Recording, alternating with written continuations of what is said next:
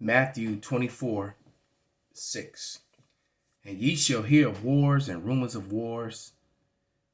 See ye, be not troubled, for all these things must come to pass, but the end is not yet. For nation shall rise against nation, and kingdom against kingdom, and there shall be famines and pestilence and earthquakes in divers places. All these things are the beginning of sorrows. Then shall they deliver you up to be afflicted, and shall kill you, and ye shall be hated of all nations for my name's sake. That portion has to happen first before this thing goes full blown. However, it's well on its way, and it will lead up to these things. But you have to remember, some of us will become martyrs. We will die. We'll be hated. We are hated already, but we'll be hated more once they start putting up the especially these sword carrying Israelites and all this footage of them going to the range and shooting up stuff and marching and doing militant type things on video. They're going to use all that against the whole body.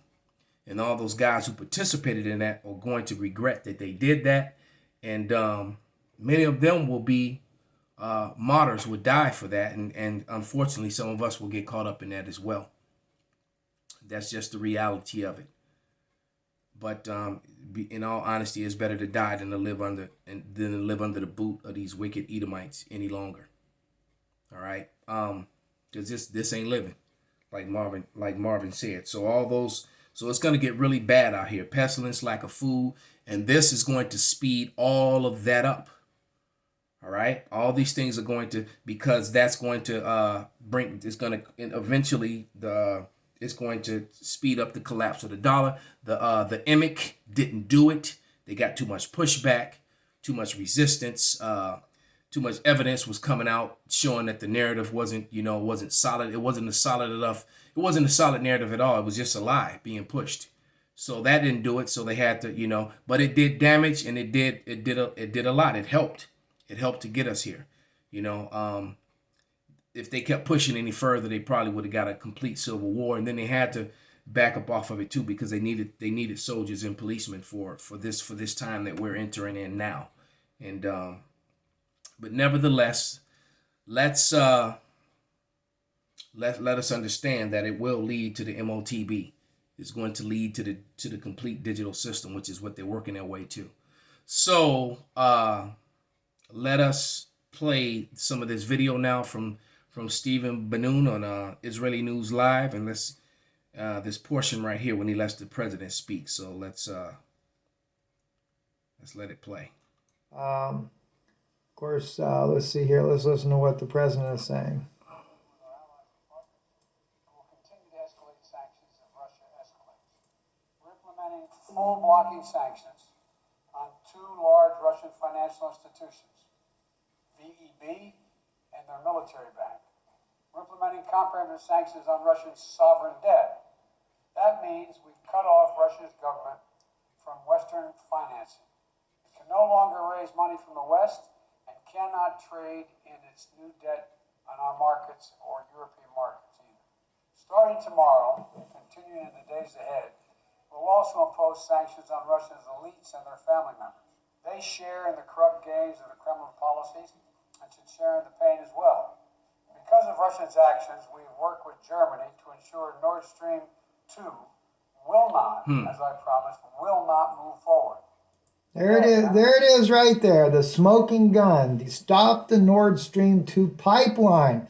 The corrupt Biden family, as we've been mentioning already, Hunter Biden and his father, Joe Biden. Let's pause it right there. This is Sirach 14:9. A covetous man's eye is not satisfied with his portion.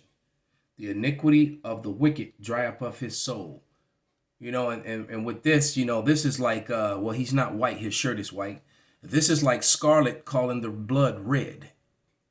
All right. Talking about the elites of Russia sharing in the corruption. And that's all that America is about, from the judges and their court system all the way up to the top to where he is. All right. This man is responsible for a lot of policy that railroaded a lot of Negroes, so-called minorities, into prison. All right. a lot of tax things that, you know, they cause these situations, and that they tax the poor, all right? And then money is filtered into his pocket, into the elite's pockets. This is what they do. This is what he's done. And a lot of you voted for him and still follow him and listen to what he says. All right?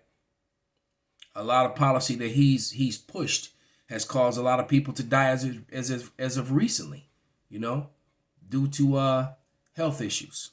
But let us continue. Is the most corrupt presidency we've seen thus far, and this is exactly what we knew was coming.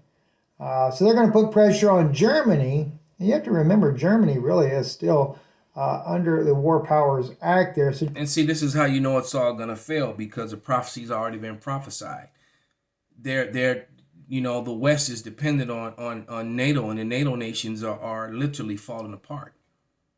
Right? We're living in the time of the 10 toes. You know, so the iron is separating from the clay. All right, and Germany's one of the iron nations, and it's separating from the clay, the weaker nations. And you have to understand, NATO's only gone along with America because of out of fear. and they're angry. Don't think, you know, a lot of these NATO nations, don't think that the Japanese forgot what was done to them, and a lot of other nations. Okay?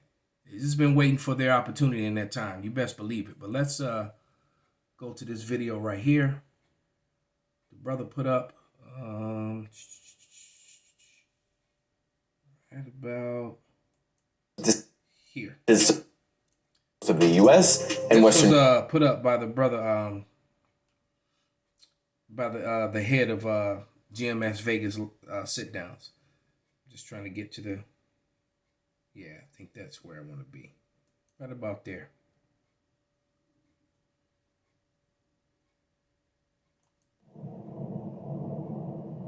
Real quick, let's see the scripture first. This is Micah. The screen just be black. There we go. This is Micah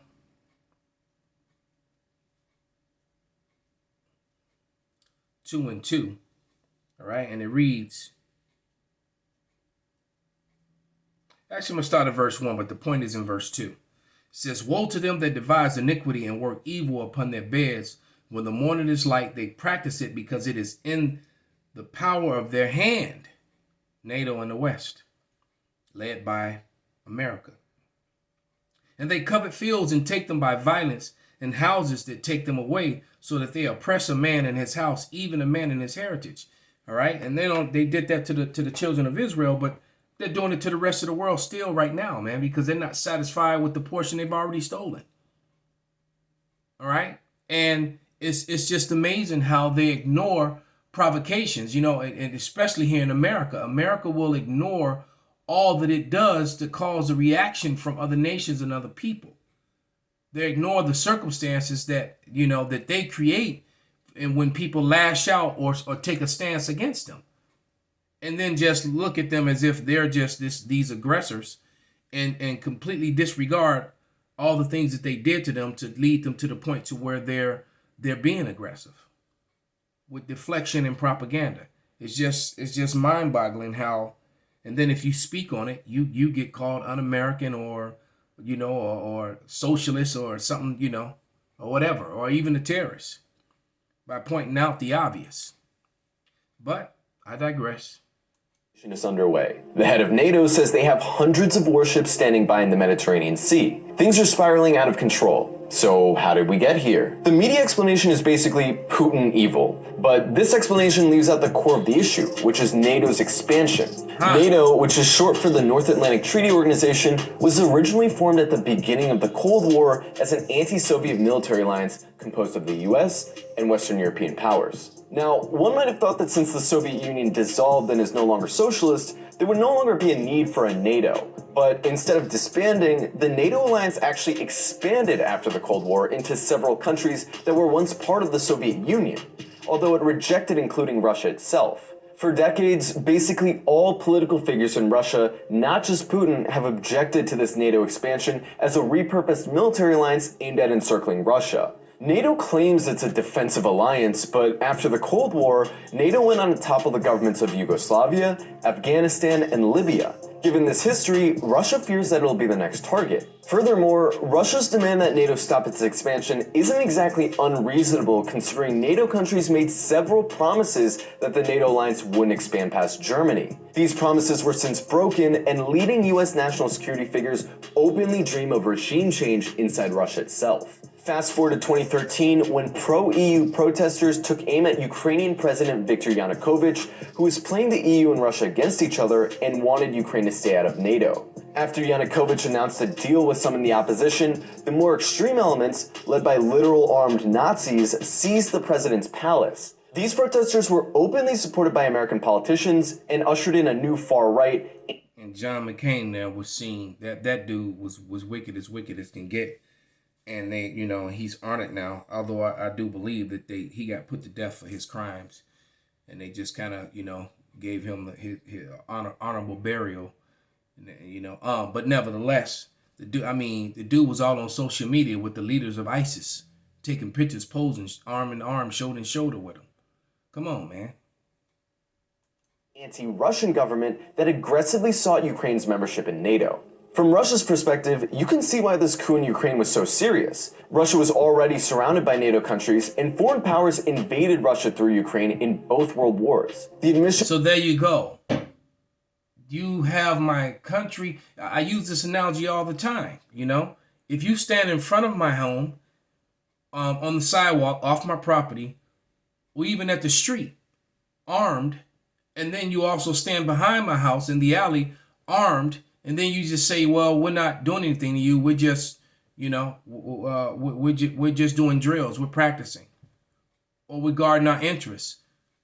And then the moment that I take a defensive posture, I'm an aggressor or I'm being provocative. What retarded madness is that? Right? This is Ezekiel 6. And I'm going to start at verse 10 because the Lord is fed up, man. And he's getting ready to bring damage to the earth, to the wicked. And he said he's going to start in the house of Israel. So that means a lot of Jakes are getting ready to die here in America and worldwide for their disobedience and their wickedness. And or the fact that they just already been, this is the thing about the elect and the non-elect, the 2/3 and the 1/3. So the 2/3 are about to start getting it. Well deserved. But this is Ezekiel 6 and 10.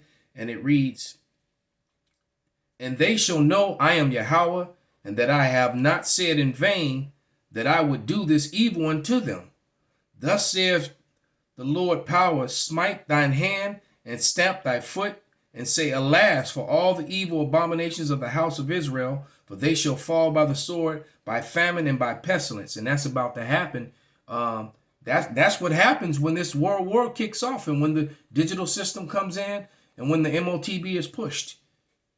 All right, that's when this thing is going full blown. All right, and these actions today, these actions that's going on now is leading up to that and leading up to that quickly. All right, like he said, it'll be a time like never before. That's about to happen. All right. He that is far off shall die of pestilence, and he that is near shall fall by the sword. So you're going to be dying of all kind of diseases as Jake all in the military is going to fight. You're going to be dying of diseases here. And when the lack of food and the home invasions and the violence in the streets and the people fighting for supplies in these major cities and things, even in the rural areas. Because see, people in the rural areas think they're going to be safer and they're not, because everyone's going to flock to those rural areas. All right. But it says, he that is far off shall die of pestilence, and he that is near shall fall by the sword, and he that remaineth and is besieged shall die by famine. Thus will I accomplish my fury upon them. Call halal Yahweh Bashan Abashai, Bashim Rakak Badash, Wa Abba Babal, and Kwam Yasharala Shalom.